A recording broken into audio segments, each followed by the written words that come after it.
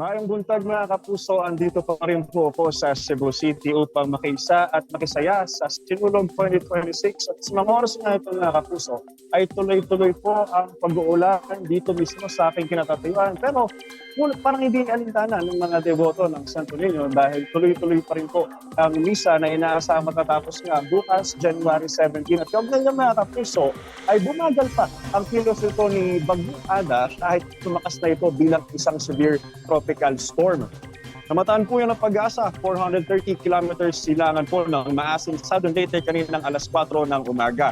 May lakas po ito na 65 kilometers per hour at pagbugsong ay abot naman sa 80 kilometers per hour at kumikilos itong si Ada pa north-northwest ng Maraha. At dahil po dyan, nakataas po ngayon ang tropical cyclone wind signal number 1 sa northern Samar, eastern Samar, Biliran, northern at central portion ng Leyte, eastern portion ng southern Leyte at signal number 1 din po sa Dinagat, Surigao del Norte, Surigao del Sur, maging sa ibang bahagi ng eastern portion ng Camarines Norte, buong Camarines Sur, Catanduanes, Albay, Sorsogon at eastern portion ng Masbate. Kasama po dyan ang isla ng Picao at ng Burias. At base po sa forecast track ng Pag-asa, posibleng lumapit ang bagyo sa Eastern Samar at Northern Samar bukas at sa Catanduanes naman sa darating na linggo. Kung higit pang kikilos ang bagyo pakanluran, ay may tsansang maglandfall ito sa Eastern Visayas o kaya naman po ay sa Bicol Region. Posible pang magbago ang galaw ng Bagyong Ada lalo ngayong darating na weekend. Maaari po itong magbago ng direksyon sa araw ng linggo o papalayo sa ating bansa. Palala po mga kapuso,